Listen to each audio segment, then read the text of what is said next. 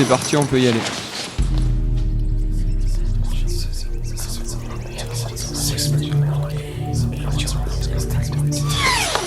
Conversation sous la tente. Bienvenue dans Conversation sous la tente, un podcast présenté par Gore-Tex et Au Vieux Campeur. Dans ce deuxième épisode, on parle trail et running avec Johan Stuck, un vrai amoureux de la nature qui aime aussi courir en ville. Il nous parle de sa vision de la course, de profiter de l'instant présent, de running en hiver. Bref, cet ancien fumeur et livreur de pizza a de quoi raconter sur la passion qui a changé sa vie. Conversation sous la tente. C'était quand ta première fois sous une tente, est-ce que tu t'en souviens ? Alors ouais, je m'en souviens assez. C'était au camping avec ma mère parce qu'on passait souvent l'été au camping bord de mer. Elle dormait dans un petit camion et moi à côté j'avais ma propre tente à moi tout seul avec mes jeux, etc. Et j'étais assez autonome, donc ça c'était cool et c'était des bons souvenirs. T'avais quel âge à peu près ? Je pense que j'avais 6-7 ans. C'était plus côté Méditerranée, Latte, Palavas, etc. Enfin tout le coin Camargue. Et ta dernière nuit dans une tente, c'était quand ? Ma dernière nuit dans une tente, si je réfléchis bien, c'était lors de la Trans-Rockies. C'est une course aux États-Unis. Donc en gros, c'est une course en 6 étapes où tu traverses une grande partie du Colorado. Et c'était avec ma compagne qui a participé aussi à la course. Et ouais, c'était un très très bon souvenir et j'ai vraiment hâte d'y retourner parce que c'est un événement magique. Et je pense que voilà, je vais remettre ça très prochainement, plus en montagne et en solo. Parce que là, quand on discutait avant d'enregistrer, tu me disais que tu venais de t'acheter un camion, donc t'es plus un type camion qu'un type tente ? J'aime bien mixer les deux, parce que bon, le camion, c'est quand même assez pratique. J'ai déjà fait une première nuit dedans, ça fait pas très longtemps que je l'ai acheté. Du coup, j'ai fait ça pour ma femme, ma fille et mon chien. On a dormi tous les 4 ensemble dans le camion. Là, maintenant, il va falloir l'aménager un petit peu pour avoir les meilleures choses pour pouvoir vraiment faire un bon road trip ou se caler à des endroits assez sympas. Mais après, c'est vrai que la tente, ce qui est génial dans la tente, c'est qu'on peut vraiment aller de partout. Voilà, mon but prochainement, c'est mois de juillet, mois d'août, d'aller planter la tente dans des sommets ou des spots assez sympas autour de la Plagne. Donc aller par exemple sur le glacier de Belle-Côte, planter ma tente, voir le coucher, lever de soleil, alors qu'avec un camion on peut pas le faire ça. Donc c'est vrai que la tente c'est quand même ce que je préfère avant tout, quoi. Et tu fais des courses où il y a des nuits sous tente, enfin des micro-nuits ou avec un tarp ou des trucs comme ça, ou pas du tout ? J'ai pas encore fait de course exactement comme ça, mais c'est vrai que ça me plairait beaucoup. Là, dernièrement, j'étais au Maroc où j'ai fait une course sur 3 étapes. Là, c'est à l'entrée de l'Atlas, au nord d'Ifrane. C'est vrai qu'il y avait, nous on dormait en dortoir de 8 et c'est vrai que quand je suis arrivé, je le savais pas, on pouvait aussi planter des tentes. Donc après, bon, le problème qu'il y avait, c'était d'amener la tente par avion, etc. Enfin, il fallait s'organiser différemment parce que là, j'avais pris un tout petit bagage pour optimiser au maximum mon vol et mon temps. Et c'est vrai que si j'ai à le refaire l'année prochaine, j'irai plus dormir en tente parce que je préfère ça. Je suis déjà un petit peu équipé pour bien dormir, on va dire, en tente. Donc c'est vrai que si j'ai à choisir, ouais, je prendrais la tente et ce serait vraiment un bon trip, quoi. C'est quoi ton matos ? Déjà, j'ai un sac de couchage quand même qui va vraiment sur des températures assez basses. Et j'ai un très bon matelas pneumatique qui est déjà très compactable et en même temps qui se gonfle bien. Et d'ailleurs, j'ai tout pris au Vieux Campeur parce que c'est vrai que les conseils sont géniaux là-dedans. Et j'ai rendez-vous la semaine prochaine pour me rééquiper là-dessus et surtout prendre une tente ultra light pour pouvoir l'utiliser sur la Plagne. Parce que quand on a à marcher plusieurs heures, pour se porter une tente, il faut quand même quelque chose de qualité. Enfin, moi, je vois des tentes, je citerai pas la marque, mais les tentes 2 secondes, c'est vrai que c'est sympa, mais après, à transporter sur la durabilité, je pense que voilà, il faut investir et pas acheter des tentes à 20 balles, quoi. Conversation sous la tente. Tu disais qu'en 2010, tu faisais 95 kg pour 1m80. que tu clopais, que tu étais livreur de pizza, donc que tu te nourrissais exclusivement de pizza, que tu faisais la fête tous les soirs, que tu picolais. C'est quoi la transformation entre le gars que j'ai devant moi qui est trailer et qui est visiblement bien fit? En gros, je suis arrivé à ne pas fumer pendant une demi-journée et après pendant une journée, je me suis dit, ben, t'as pas eu un gros manque, donc ben, faut prendre ça et après derrière il faut assurer. Donc du coup ce que j'ai fait, j'ai pris une paire de baskets, un short de foot et un t-shirt en coton. Je suis parti courir. C'était au mois d'août, c'était un peu les mêmes températures qu'il y a actuellement et c'était assez difficile. J'ai couru 20 minutes, c'était horrible et je me suis dit bah voilà, c'est le début de tout et donc j'y suis allé progressivement. Le but c'était pas non plus d'atteindre des sommets, etc. Le départ de tout, c'était voilà, changer de mode de vie, manger plus sainement, mais se faire plaisir quand même, parce que je continue de me faire plaisir, à me boire ma petite mousse, à me taper une pizza aussi. Enfin voilà, il faut se faire plaisir et récompenser son corps aussi. Mais voilà, j'ai essayé de ne plus rentrer dans des extrêmes comme de picoler tous les jours. Hein. Ça m'arrivait d'être complètement bourré en pleine semaine et de plus savoir où j'allais garer ma voiture.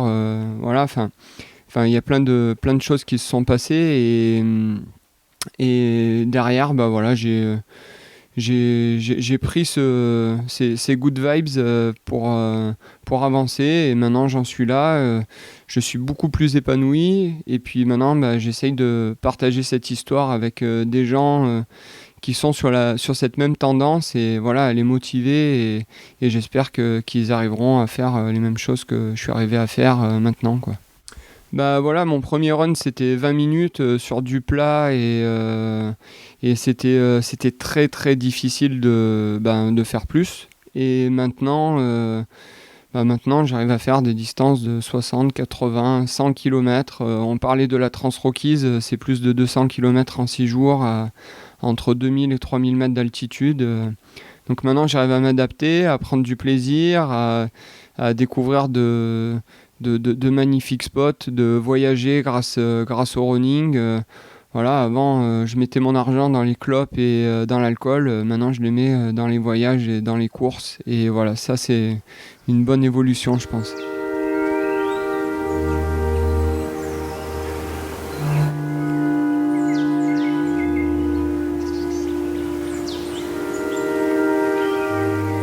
Toi, t'es un gamin de la campagne, t'as été élevé, t'es né près d'Avignon. Comment ça a construit ton rapport avec la nature? Alors moi, la nature, elle m'entourait de partout. Moi, c'est la garrigue, hein, d'où je viens. C'est vrai que bon, j'ai pas un passif de sportif. J'ai fait quelques sports comme le foot, le judo, le tennis, mais sans réelles ambitions. Et par contre, oui, j'ai un lien avec la nature. J'ai besoin d'avoir du vert. Donc j'ai eu quand même des difficultés quand je suis arrivé sur Lyon. J'ai mis 1 à 2 ans réellement à vraiment m'adapter à la ville. Mais pour moi, voilà, de revenir dans le sud, j'ai besoin de me ressourcer et de retourner dans le sud. Donc en gros, j'ai grandi comme ça dans la nature, à prendre mon vélo, à aller voir les copains en vélo, à marcher, à faire des cabanes, à faire un petit peu n'importe quoi. Et voilà, le truc c'était j'étais plus dehors que dedans et ça c'était génial. Et c'est une tendance que je vais essayer d'apprendre à ma fille qui a 4 ans maintenant. De l'envoyer plus vers l'extérieur que de rester dedans devant une tablette ou devant un ordinateur. Après, c'est vrai que des fois, la tablette, ça aide beaucoup. mais ouais, l'extérieur, c'est tellement important et je pense qu'on se forme énormément dehors à découvrir plein de choses. Et ouais, la nature, pour moi, c'est hyper important, quoi. Après, moi, j'aime beaucoup les spots comme le street art, le travail en escalier. Alors après, courir au milieu des voitures, c'est pas mon trip, mais le trip, c'est plus aller chercher en fait des endroits assez atypiques, des endroits où il n'y a pas de voiture, et ça de le promouvoir, parce que j'aime promouvoir le sport en ville, par exemple. Déjà de courir, de découvrir sa ville autrement. Moi, je sais que je vois plein de personnes qui me disent « Ah, mais je connaissais pas tel endroit alors qu'on l'a fait en courant ». C'est ça qui est génial aussi sur ce côté urbain. Après, j'essaye aussi de promouvoir en dehors du running le vélo aussi, le déplacement en vélo, le vélo taf. c'est quelque chose de super important. Et déjà, vis-à-vis de la pollution, moi j'ai halluciné quand j'ai vu la pollution qu'on peut retrouver sur Lyon. Venant d'Avignon, même si à Avignon, on va pas se cacher, il y en a aussi, mais j'ai halluciné. Quand je vais dans les Monts d'Or et que je vois ce nuage de pollution sur Lyon, je me dis qu'il faut agir tout de suite maintenant, quoi.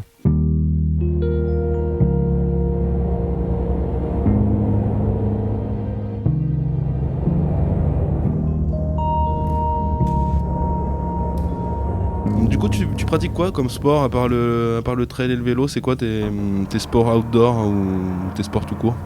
Bon, il y a la rando, forcément, quand je la fais en famille. La rando, le vélo, le VTT et le stand-up paddle. C'est quelque chose que j'adore, alors surtout en lac et en lac d'altitude. Donc j'aime bien prendre mon sup gonflable, le porter, prendre mon vélo électrique et aller chercher des spots vraiment hauts, notamment à la Plagne par exemple.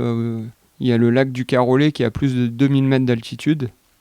Donc je porte tout ça et je prends mon bike, je pose mon bike, je gonfle mon sup et ça me permet de faire des tours, à être tranquille, à méditer, à être en solo et à faire attention à l'eau parce que l'eau est à peut-être 4-5 degrés. Mais c'est vrai qu'après le spot est magnifique. Le lac du Carolais, on peut voir la Grande Casse, etc. C'est quelque chose de magnifique là-bas et ça, je pense que ça n'a pas de prix et je pourrais le faire tous les jours. Et ouais, j'aime bien le sup, partager ça avec ma fille aussi, la mettre dessus et faire des tours de lac avec elle et partager ça en famille avec ma compagne aussi. Et non, le sup, c'est vraiment un sport en plus qui est complémentaire pour moi, parce que ça me permet aussi de travailler tout ce qui est proprioception et gainage. Et on en a vraiment vraiment besoin aussi en running et on en néglige. Donc c'est quelque chose de ludique pour travailler le gainage aussi et dans une vue magnifique. On vit au moment présent en fait quand on est là-dessus et vivre au moment présent, c'est être heureux. Donc ouais, je pense à ça et je médite, ouais. Et ouais, c'est vraiment des moments magiques. Après, j'ai bien envie de tester aussi des courses maintenant de sup. J'ai vu qu'il y en avait une en Bretagne qui fait 100 km avec des passages d'écluses. C'est peut-être un objectif que je vais me donner l'année prochaine. Et toi, tu voyages beaucoup pour le trail. Tu disais que tu rentrais du Maroc, t'étais dans les Rockies. C'est quoi tes destinations favorites dans le monde et en France? Ça reste ton Avignon natal ou il y a vraiment des endroits dont tu es tombé amoureux et où tu sais que tu repartiras courir? Alors c'est vrai que le Ventoux, pour moi, est quand même un spot que j'adore parce que depuis que je suis petit, je le vois au loin de mon petit village là à côté d'Avignon. Donc c'est vraiment une vue magnifique, c'est quand même une légende. Et après, ce qui m'attire le plus, ce sont les États-Unis, parce que j'adore la mentalité là-bas, la mentalité des trailers, ce qui se passe. J'ai fait 2 fois la Trans Rockies avec la traversée du Colorado. J'ai adoré cette ambiance, j'ai adoré les gens, j'ai adoré le spot. J'aime le type de courses qu'il y a là-bas qui sont longues, avec du gros dénivelé, mais pas forcément technique, assez roulant. C'est un beau mixte. J'aime beaucoup les spots là-bas. Je suis allé aussi en Arizona en passant par Flagstaff, le Grand Canyon, Sedona. Ce sont des spots que j'adore et je remercie quand même le running de m'apporter ça, même si je le dois à moi. Mais voilà, j'ai eu la chance de m'épanouir dans ce sport-là et voilà, du coup, j'aime découvrir en fait mon monde grâce au running. Donc là, dernièrement, comme tu le dis, je reviens du Maroc. C'était une expérience fabuleuse parce que on découvre de nouveaux horizons, on profite. Je savais même pas qu'il y avait énormément de cèdres au Maroc. Voilà, le début de l'Atlas est magnifique. Les gens aussi sont très humbles. Donc ça m'a remis aussi à ma place. Et donc c'est génial. On dit que le voyage forme la jeunesse, mais ça va encore plus au-delà de ça. Conversation sur la tente. On peut avoir l'impression quand on fait pas de running ou quand on regarde ça de l'extérieur que vous regardez pas autour de vous et que quand tu vois des gars traverser la Corse par le GR20 avec des temps records ou Kylian Jornet qui monte à l'Everest en un temps record, t'as pas le temps d'apprécier et là ce que tu me racontes c'est un petit peu l'inverse. Comment tu vois ça toi? Je pense que c'est hyper important de travailler avec son environnement. Oui, en tête, on a une performance, un résultat à faire, un temps à respecter. Mais je pense que dans les moments qui sont durs, parce que quand on court plusieurs heures, il y a des moments où on est au plus bas.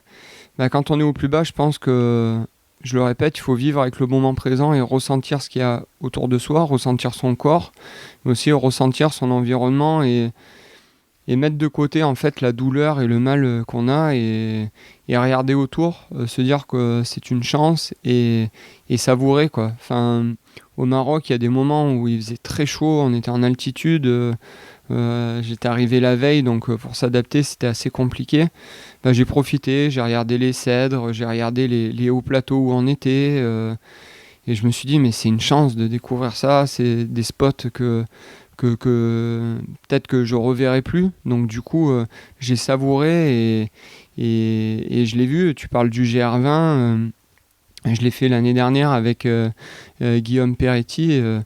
On a savouré. Alors c'était pas pour un record, c'est sûr, mais c'était quand même actif et vivre ça avec des personnes qui nous montrent leur terrain de jeu et on apprend, on découvre. Je pense que ça fait oublier ce côté performance. Après, des mecs comme Kylian qui vont battre un record de l'ascension de l'Everest, je sais pas après s'ils savourent vraiment, parce que là on est au-delà de la performance. C'est un extraterrestre ce type. Après voilà, moi de mon côté, je suis là à savourer quand ça va et quand ça va pas et puis voilà quoi. Le trail, c'est un peu moins saisonnier que le ski. Est-ce que tu arrives à en faire vraiment toute l'année ou est-ce qu'il y a des moments où tu te dis, bon là c'est l'hiver, je vais faire autre chose, c'est plus la saison? En fait, moi, j'essaye de bien sélectionner ma saison. En gros, novembre-décembre, je vais faire plus de la course roulante et comme le temps est un petit peu moins bon, je vais courir plus en ville et plus aux alentours de Lyon. Donc, et faire des courses sur route par exemple, parce que la route c'est très bon également pour le trail, donc je vais plus faire axer en fait ma préparation sur de la vitesse et du tempo. Donc par exemple faire une Saint-Élion, c'est très bien parce que c'est un mix un peu de course nature et de course sur route. Donc je vais optimiser ma saison comme ça, faire les crosses par exemple, des courses nature, des courses sur route et finir en fait ma saison de route au mois de mars et m'orienter après vers le trail. Et puis pourquoi pas mixer un petit peu de ski l'hiver, un peu de ski de rando pour faire un peu de volume avec un sport porté, parce que sur Lyon c'est compliqué de faire des sorties longues à vélo à part sur le plat. Donc voilà, je vais choisir plus du matos route, des chaussures route pour faire de la route et voilà, prendre une bonne paire de skis pour le ski. Et puis après, ressortir le vélo petit à petit, donc plus du VTT l'hiver et du vélo de route printemps-été. Et puis vivre avec les saisons, à savoir aussi que la période octobre-novembre est magnifique en station, même si y a énormément de stations qui sont fermées. Mais les couleurs, elles sont vraiment magnifiques à ces périodes-là. Voilà, c'est vraiment un univers doré et ouais, c'est à faire. Franchement, c'est à faire. Donc voilà, dormir en camion ou en tente, ça vaut le détour aussi à cette période-là. Et tu t'équipes comment si tu dois courir en hiver? Ça ressemble à quoi? Parce que là, c'est plus ton t-shirt et ton petit t-shirt, ça commence à être un peu plus compliqué, non? Je reste assez minimaliste aussi. En gros, moi, c'est simple. J'ai une veste qui s'appelle la Shack Dry. C'est Gore aussi. Donc, c'est un Gore-Tex très minimaliste. Donc ce qui est bien, c'est qu'on peut courir avec seulement un t-shirt manche courte dessous. Donc en gros, voilà, ça me fait une couche en plus. Et la Shack Dry, ce qui est bien, c'est qu'elle est totalement imperméable et très respirante surtout. Donc ça m'est arrivé de faire des séances de piste avec. Et après, si j'ai besoin vraiment de respirabilité, je vais mettre une première peau à manches longues et mon même t-shirt manche courte que je mets l'été par-dessus. Et après, pourquoi pas mettre un collant s'il fait vraiment froid, ou sinon juste des manchons en plus.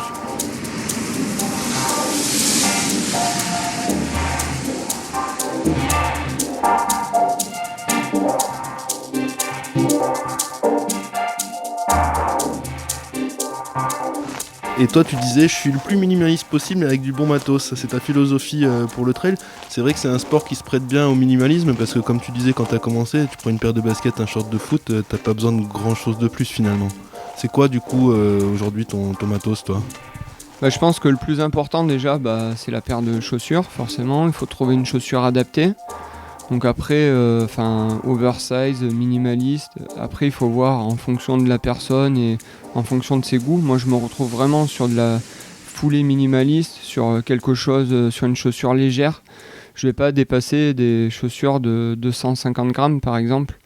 J'ai fait par exemple des courses de plus de 80 km en chaussures très légères avec du zéro drop, par exemple, et je m'en sors très bien. Après, ça a été une adaptation. Et ouais, je m'y retrouve. Enfin, je veux partir de la même manière que ce que j'ai fait au départ quand j'ai commencé à courir 20 minutes, c'est-à-dire une paire de chaussures, une bonne paire de chaussettes, un short, un t-shirt, une gourde dans la main. Pour moi, ça me suffit. Je vais plus prendre de musique avec moi. Parce que voilà, je me retrouve. C'est un sport qui me permet de m'évader, de me reconcentrer sur moi-même.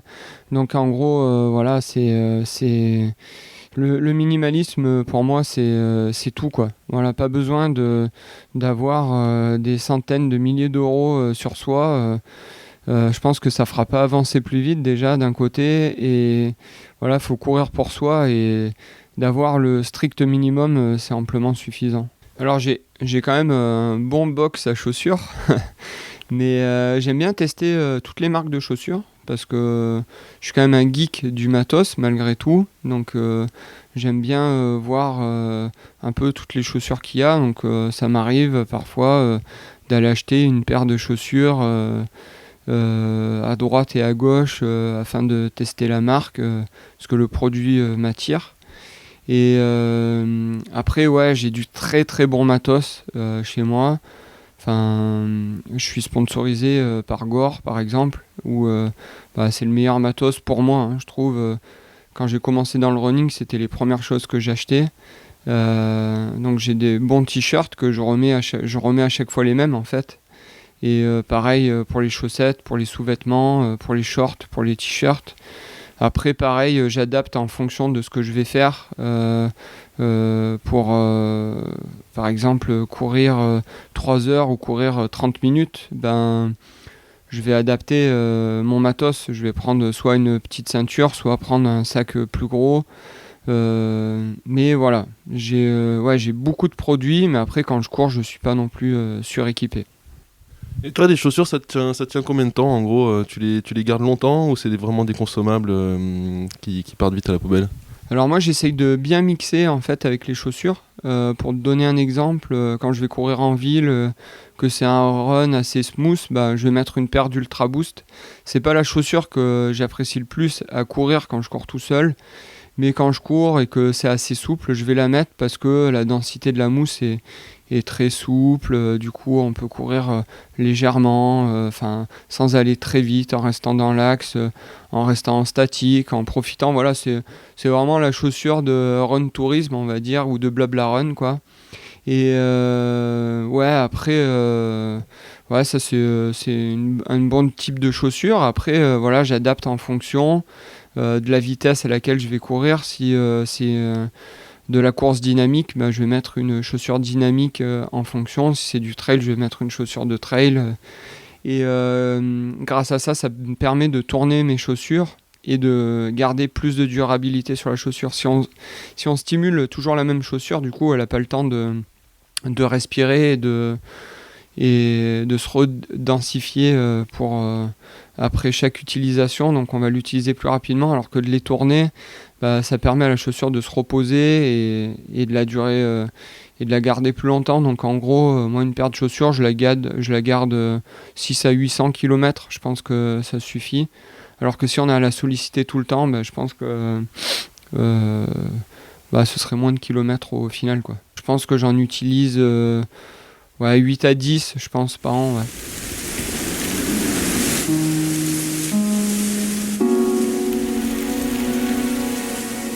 Tu tu devais repartir avec 3 items, 3 objets du vieux campeur dans un sac vert aujourd'hui, ce serait quoi? Si tu pouvais prendre n'importe quoi, sans limite. Sans limite, je prendrais une big tente ultra light pour faire des bons gros trips. Après, je me prendrais un bon kit pour ma gamelle parce que j'en ai pas actuellement. Donc, je prends certains trucs que j'ai ramenés de voyage, comme des calebasses, des trucs comme ça. Mais là, j'aimerais bien avoir des trucs assez compacts à mettre au fond du sac. Et après, peut-être aussi un duvet ultra light. J'en ai un super qui a été acheté au Vieux Campeur, qu'on m'a offert. C'est un duvet, mais là, vraiment pour des températures assez basses. Mais là aussi, un truc ultra light, comme ça me permet de faire vraiment des bivouacs de ouf, sans me surcharger, quoi. Voilà. J'ai pas de marque en tête. Au contraire, j'attends à ce que le vieux me conseille au maximum parce que je sais que je trouverai les conseils et comme ça j'aurais même pas à vérifier quelle marque. Donc du coup je vais essayer quand même de regarder des tentes soit avec un tissu en cordura ou des trucs ultra résistants. Sinon non, on n'a pas parlé de sup encore, mais le sup après pour faire du camping c'est compliqué si on mélange tout. Mais pourquoi pas, tu vois, ça me donne une bonne idée de prendre un bon sup gonflable, de mettre dans le sac ma tente, mon duvet et mon petit réchaud et mon nécessaire de camping et de planter ma tente et au pire de faire un petit trip en sup pendant le coucher du soleil. Merci beaucoup Johan Stuck, on va pouvoir rouvrir la porte de cette tente parce qu'il fait chaud là-dessous. C'est vrai que là on commence à bien étouffer. Conversation sur la tente.